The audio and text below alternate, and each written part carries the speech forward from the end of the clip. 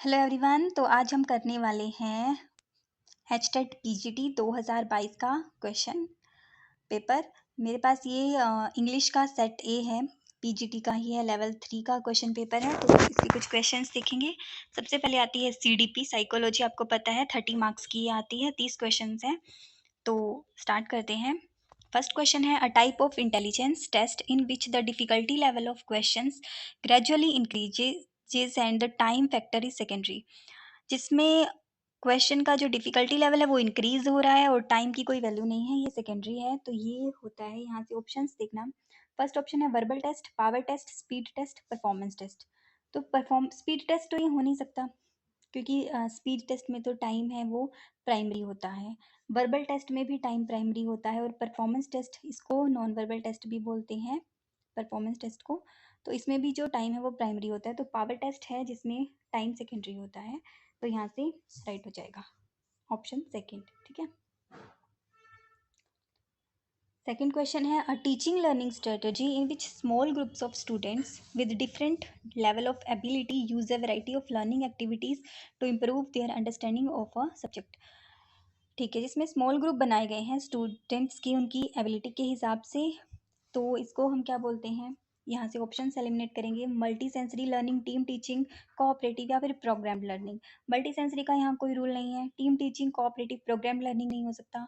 अब कंफ्यूजन हो सकती है टीम टीचिंग और कोऑपरेटिव में। टीम टीचिंग क्या होती है, जिसमें कोई टीचर होता है या कोई जो ग्रुप लीडर बना दिया जाता है वो कुछ टीच कर रहा होता है। तो ऐसा कुछ यहाँ नहीं हो रहा, तो ये टीम टीचिंग भी नहीं है। आपस में ही बच्चे कोऑपरेट करके लर्निंग कर रहे हैं छोटे छोटे ग्रुप्स में एबिलिटी के आधार पे, तो इसको बोलते हैं कोऑपरेटिव लर्निंग। तो यहाँ से थर्ड ऑप्शन राइट हो जाएगा, सहकारी अधिगम। नेक्स्ट है स्प्रेंगर्स क्लासिफिकेशन ऑफ पर्सनैलिटी। ये पर्सनैलिटी के चैप्टर से क्वेश्चन है। Is related to which approach of personality assessment. यहाँ से सीधी सीधी सी बात है कि जो स्प्रेंगर था उन्होंने टाइप अप्रोच दी थी। ठीक है, जो ट्रेट अप्रोच नहीं दी थी, इंस्टिंक्ट नहीं दिया था, साइको एनालिटिक मनोविश्लेषणात्मक, ये सिगमंड फ्राइड की है। तो यहाँ से ऑप्शन सेकंड है वो राइट हो जाएगा, प्रकार अधिगम दिया था स्प्रेंगर ने। ठीक है। नेक्स्ट है, which of the following is not a symptoms of good mental health of students. ठीक है, जिसकी मैं यहाँ से नोट ध्यान रखना, नोट वाले क्वेश्चंस बहुत पूछे जाते हैं इसमें। तो लिविंग इन फैंटेसी वर्ल्ड, काल्पनिक दुनिया में रहना, balance in life, knowledge of our potential and limitations, free from undesirable words. अब देखना, जीवन में संतुलन है, बैलेंस है लाइफ में, तो इसका मतलब उसकी मेंटल हेल्थ अच्छी है, तो ये ऑप्शंस नहीं हो सकता, यहाँ से कट हो जाएगा। Knowledge of our potentials and limitation, अगर उसे अपनी पोटेंशियल और लिमिटेशन का पता है तो इसकी मेंटल हेल्थ अच्छी है, पर हमसे नहीं पूछा है, तो ये ऑप्शंस भी एलिमिनेट हो जाएगा। फ्री फ्रॉम अनडिजायरेबल, यस उसकी मेंटल हेल्थ अच्छी है, अगर वो फालतू की चिंताएं नहीं करता है, तो यहाँ से ऑप्शन बचा काल्पनिक दुनिया में रहना, लिविंग इन फैंटेसी वर्ल्ड। तो यहाँ से ये फर्स्ट ऑप्शन राइट हो जाएगा। काल्पनिक दुनिया में जिनकी मेंटल हेल्थ अच्छी नहीं होती वो रहते हैं, और स्पेशली ये एडोलसेंस में होता है। बहुत तेज ड्रीमिंग करते हैं, अपनी ही कल्पना में खोए रहते हैं बच्चे। तो यहाँ से फर्स्ट ऑप्शन राइट हो जाएगा। फिफ्थ है, when an adolescent is unable to show anger to his parents then he shows his anger to his younger brother. ठीक है, ये डिफेंस मैकेनिज्म की थ्योरी से क्वेश्चन है। इस थ्योरी से भी हर बार क्वेश्चन आता ही आता है। तो यहाँ से क्या होता है कि कोई बच्चा अपने पेरेंट्स से गुस्सा है, लेकिन वो उसका गुस्सा अपने छोटे भाई पे निकाल देता है, तो यानी वो अपना गुस्सा डिस्प्लेस कर रहा है, किसी और का गुस्सा किसी और पे। तो यहाँ से दमन नहीं हो सकता, रिप्रेशन नहीं हो सकता। दमन का मतलब होता है कि अपनी जो गुस्सा होता है उसको अंदर ही अंदर रख लेना, किसी पे नहीं निकालना, पर वो निकाल रहा है। तो यहाँ से फोर्थ ऑप्शन राइट हो जाएगा, डिस्प्लेसमेंट। ठीक है, विस्थापन कर रहा है वो अपनी गुस्से का। डिफेंस मैकेनिज्म की थ्योरी भी काफ़ी इंपॉर्टेंट है। According to Piaget's cognitive development theory, ये हमने अच्छे से पढ़ी है, तो आई होप इसका क्वेश्चन अच्छे से आपको पता होगा। The basic unit of the cognitive structure. अच्छा, कॉग्निटिव स्ट्रक्चर पूछा है, तो यहाँ से कॉग्निटिव स्ट्रक्चर को पियाजे ने स्कीमा नाम दिया है, सीधा ही आंसर है, रिफ्लेक्सेस नहीं है। Basic unit structure. कंजर्वेशन नहीं है। कंजर्वेशन क्या होता है, वो जो छोटे ग्लास और बड़े ग्लास का कंसेप्ट दिया था पियाजे ने, पानी वाला, वो कंजर्वेशन था। तो यहाँ से स्कीमा राइट हो जाएगा, थर्ड ऑप्शन राइट हो जाएगा। ठीक है। नेक्स्ट है, emotional intelligence may be defined as the capacity to reason with the emotion in 4 areas. जो संवेगात्मक बुद्धि है उस 4 क्षेत्रों में संवेगों के साथ तर्क करने की क्षमता के रूप में परिभाषित किया जा सकता है। इसे देखने, विचार करने, इसे समझने और इसे प्रतिबंधित करने। अच्छा, ये एक डेफिनेशन है, परिभाषा है। तो ये डेफिनेशन है मेयर एंड पीटर सॉल्वे की। ठीक है, यहाँ से सीधी सी डेफिनेशन डायरेक्ट क्वेश्चन था ये कि to perceive emotion, to integrate it in thought, to understand it and to manage it, ये मियर एंड पीटर सॉल्वे की डेफिनेशन थी। ठीक है, नेक्स्ट है which one of the following is not a direct method for measurement of attitude. Direct method कौन सा नहीं है पूछा है, ठीक है, नहीं है पे ध्यान रख। तो दो मेथड होते हैं एटीट्यूड को मेजर करने के, डायरेक्ट और इनडायरेक्ट। ठीक है, तो इसमें पूछा है कि नॉट अ डायरेक्ट यानी इनडायरेक्ट पूछा है। तो इंटरव्यू क्या है, वो डायरेक्ट है। इंटरव्यू डायरेक्ट मेथड है तो ये नहीं हो सकता। प्रोजेक्शन, क्वेश्चन आयर और ऑब्जर्वेशन, ये भी क्वेश्चन आयर भी डायरेक्ट है, डायरेक्ट ही क्वेश्चन करते हैं। इंटरव्यू तो एकदम ही डायरेक्ट हो गया। ऑब्जर्वेशन भी ये डायरेक्ट है, तो यहाँ से सेकंड ऑप्शन राइट हो जाएगा, प्रोजेक्शन ये एक इनडायरेक्ट मेथड है। ठीक है, नेक्स्ट क्वेश्चन है ninth, a horse can be brought near water but cannot be forced to drink. This statement reveals the truth of Thorndike's which law of learning. ठीक है, थॉर्नडाइक के law हमने बहुत अच्छे से पढ़े हैं, तो इसका आंसर आपको पता होना चाहिए कि किसी घोड़े को पानी के पास तो ले जाया जा सकता है, लेकिन उसे पीने के लिए फोर्स नहीं किया जा सकता, वो पीने के लिए रेडी ही नहीं है। तो इसका सिंपल आंसर हो जाएगा लॉ ऑफ रेडीनेस। ठीक है,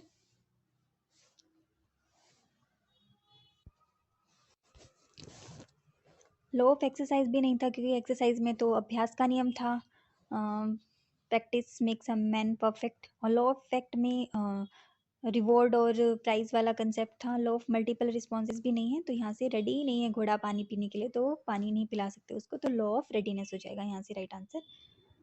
ठीक है, नेक्स्ट है which of the following is not a level of teaching. ठीक है, टीचिंग का लेवल कौन सा नहीं है, हमें ये बताना है। Basic level, memory level, understanding level, reflective level. देखो, चिंतन लेवल होता है, ठीक है, नहीं बताना है, ध्यान रखना है, नहीं पे नहीं बताना है हमें। रिफ्लेक्टिव लेवल होता है तो ये कंट हो जाएगा। अंडरस्टैंडिंग लेवल तो ऑब्वियसली होता है टीचिंग का। मेमोरी लेवल भी होता है, बेसिक कोई लेवल नहीं होता टीचिंग का। बेसिक लेवल है वो खुद ही होता है, आधारभूत स्तर वो बच्चे का खुद होता है, वो टीचिंग लेवल नहीं है। तो यहाँ से आंसर फर्स्ट है वो राइट हो जाएगा। ठीक है, नोट बताना था ना। नेक्स्ट क्वेश्चन है which one of the following is not a part of Bronfenbrenner ecological system theory.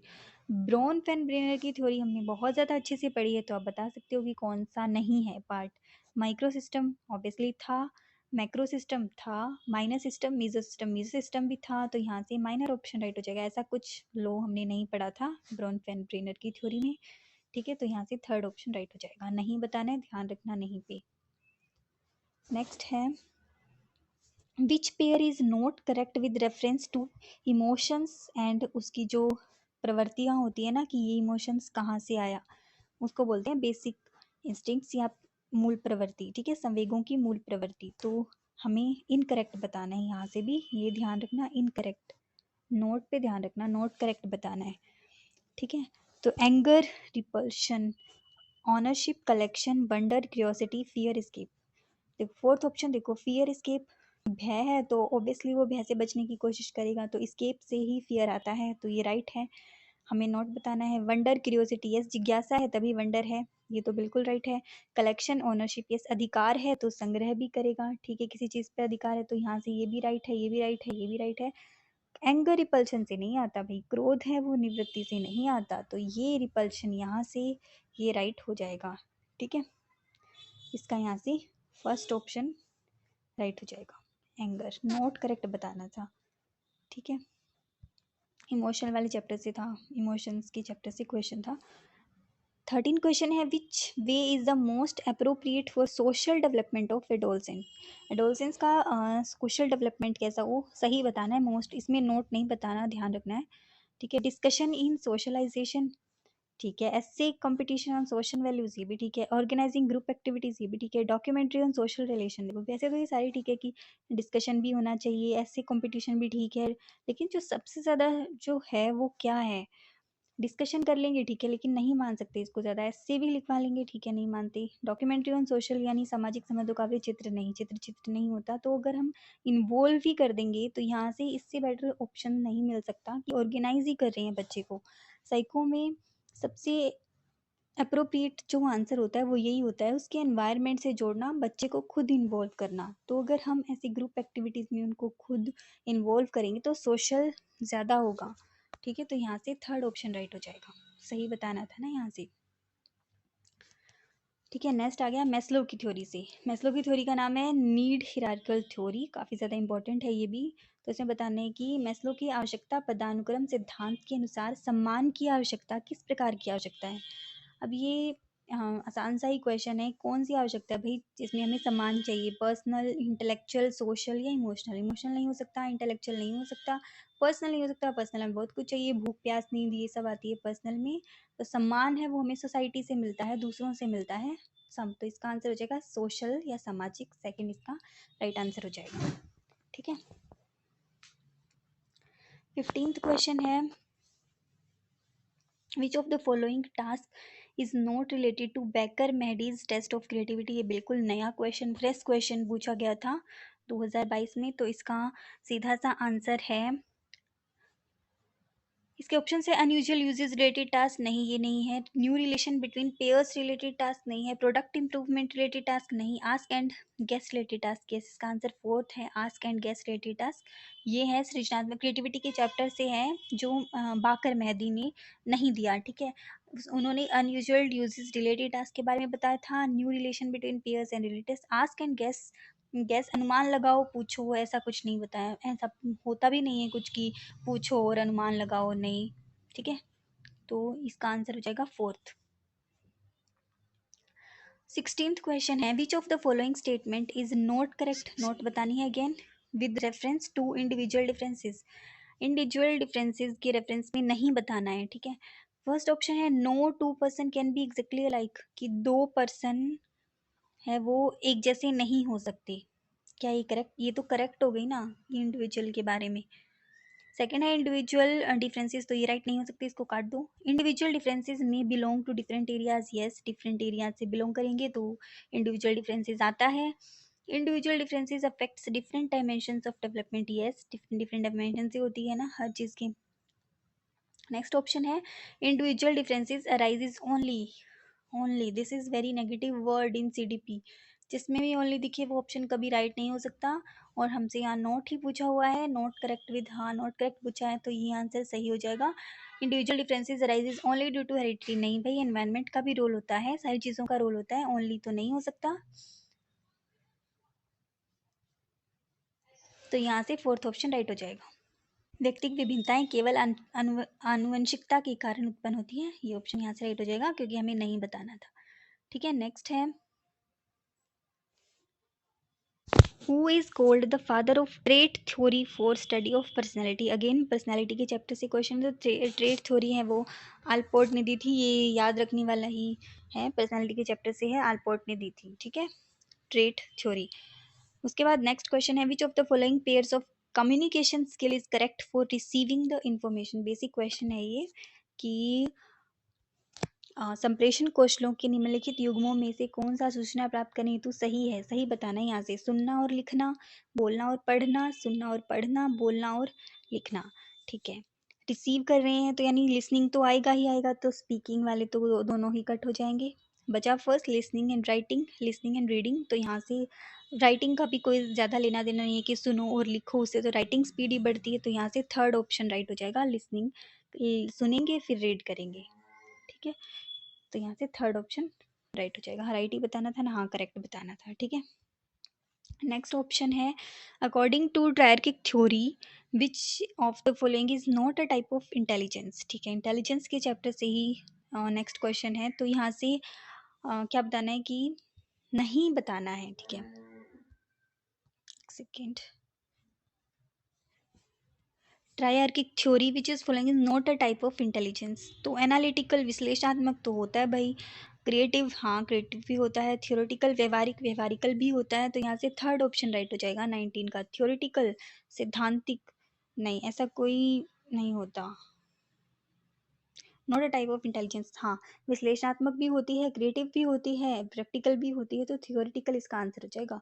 Theoretical नहीं, ऐसी कोई ट्रायर्किक थ्योरी में नहीं है, इंटेलिजेंस की थ्योरी में। ठीक है, next according to Kohlberg, Kohlberg की थ्योरी बहुत अच्छे से पढ़ी है, तो इसका आंसर तो आपको आराम से पता होगा। What level of morality is the what when morality includes self accepted. ठीक है, सेल्फ एक्सेप्टेड प्रिंसिपल पे कौन सी लेवल में होता है। बता सकते हो प्री कन्वेंशनल बच्चे बहुत छोटे होते हैं, वहाँ दूसरों पे डिपेंड होती है। कन्वेंशनल थोड़े से बीच की एज में आ जाते हैं, लेकिन दूसरों पे ही होती है, खुद में बस उसमें मॉडिफिकेशन कुछ करते हैं, लेकिन होती तो दूसरों पे ही है। पोस्ट कन्वेंशनल, यस, ये सबसे अपर लेवल है ये। पोस्ट कन्वेंशनल एडोलसेंस के बच्चे आते हैं इसमें, तो वो सेल्फ एक्सेप्टेड मोरल प्रिंसिपल को फॉलो ही करते हैं खुद के बनाए हुए पे। ठीक है, तो यहाँ से थर्ड ऑप्शन राइट हो जाएगा। नेक्स्ट है, which of the following is not a general characteristics of adolescence period. General characteristics नहीं है, बताना है, नहीं बताना, नहीं पे ध्यान रखना। It is transitional period, yes, ये ट्रांजिशन पीरियड होता है। It is period of unrealism, yes, ये काल्पनिक अवास्तविकताओं की अवस्था है। It is time for search of identity, yes, identity search करने की भी अवस्था। It is the threshold of puberty, yes भाई, ये यौवनारंभ की दहलीज भी है, तो यहाँ से तो नहीं, तो यहाँ से कुछ नहीं बना। यस, ट्रांजिशनल पीरियड इसको बोलते हैं। अनरियलिज्म काल्पनिकता का भी है, वास्तविकताओं का भी है, आइडेंटिटी की भी होती है, और यौवनारंभ की दहलीज भी इसको बोला जाता है। यहाँ से आई थिंक सारे क्वेश्चन ही राइट बन रहे हैं। 21st, मुझे इसमें कुछ गलत नहीं लग, मुझे तो इसमें सारे ही आंसर राइट लग रहे हैं 21st में ट्रांजिशनल पीरियड, तो इसको देख लेना एक बार। ठीक है, आगे चलते हैं। नेक्स्ट है, who developed the thematic apperception test of personality assessment. Personality से बहुत क्वेश्चन पूछे गए हैं 2022 में, तो इसका टैट है ये, थीमेटिक एप्रिसेप्शन टेस्ट, जिसमें कुछ कार्ड्स वगैरह होते हैं। तो ये किसके द्वारा विकसित किया गया है, ये पूछा है। तो इसका सीधा सा आंसर है, मूरे एंड मॉर्गर ने दिया था। टैट कार्ड वगैरह होते हैं, जिसमें 30 कार्ड होते हैं कुछ, ठीक है, जिसपे अलग अलग 10 में डिवाइड होते हैं। मूरे एंड मॉर्गन ने दिया था टैट। ठीक है, नेक्स्ट है, व्हाट टाइप ऑफ री इन्फोर्समेंट से क्वेश्चन आया है। री इन्फोर्समेंट ये स्किनर की थ्योरी में से है, इसको भी पढ़ना है हमें, इस पे भी क्वेश्चन पक्का ही आता है। तो when reinforcement is provided to the learner only after a certain number of responses. ठीक है, जब एक निश्चित संख्या में निश्चित आ गया ना, निश्चित आया है, तो इसका मतलब फिक्स्ड वर्ड भी आएगा। तो वेरिएबल को तो काट दो, वेरिएबल रेशो या वेरिएबल इंटरवल नहीं हो सकता। ठीक है, जब एक निश्चित संख्या में प्रतिक्रियाओं के बाद ही अधिकतम, अच्छा, फिक्स्ड रेशो है ये, क्योंकि वो करें ना, वट टाइप ऑफ री इन्फॉर्मेशन शेड्यूल है ना, तो फिक्स रेशो यहाँ से आंसर हो जाएगा। Learner only after a certain number of responses. ठीक है, इंटरवल यहाँ से नहीं आएगा, रेशो आएगा, फिक्स्ड रेशो। ये स्किनर की थ्योरी में से है, जो अभी हमारा पढ़ना बाकी है, और हम पढ़ लेंगे, बहुत ज़्यादा इंपॉर्टेंट है, यहाँ से क्वेश्चन हर बार आता है। ठीक है, तो यहाँ से अगर किसी मतलब फिक्स्ड रेशो पे fixed certain number of responses किसी फिक्स पे ही दिया जाए ना, अगर फिक्स टाइम टू टाइम दिया जाए तो फिक्स्ड इंटरवल होता है, लेकिन सर्टेन नंबर ऑफ मतलब कोई बच्चा है अगर वो हर बार ही मार्क्स ला रहा है, तो उसे फिक्स रेशो में कि हर बार ही उसे कुछ ना कुछ दिया जा रहा है, अगर वो A+ ग्रेड ला रहा है, तो ये फिक्स रेशो होता है। ठीक है, तो यहाँ से फर्स्ट ऑप्शन निश्चित अनुपात राइट हो जाएगा। नेक्स्ट है 24th question, according to the moral development theory of पियाजे एडोलसेंस पीरियड इज। अच्छा, मोरल डेवलपमेंट थ्योरी है वो हमने कॉलबर्ग की पढ़ी है, और सबसे पहले पियाजे ने दी थी, ये भी हमने पढ़ा था, लेकिन पियाजे के बारे में पढ़ लेते हैं थोड़ा।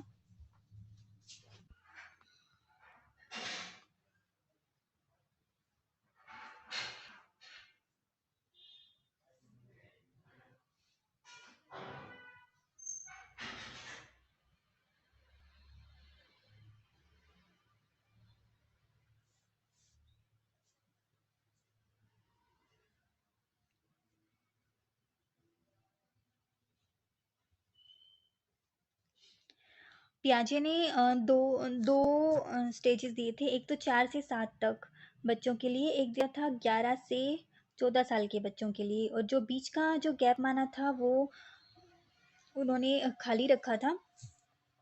तो जो फर्स्ट जो 4 से 7 थी उसको हिट्रोनोमस बोला जाता है, और मॉरल रियज्म, इन दोनों का ही नाम है ये 4 से 7 साल के बच्चों के लिए है।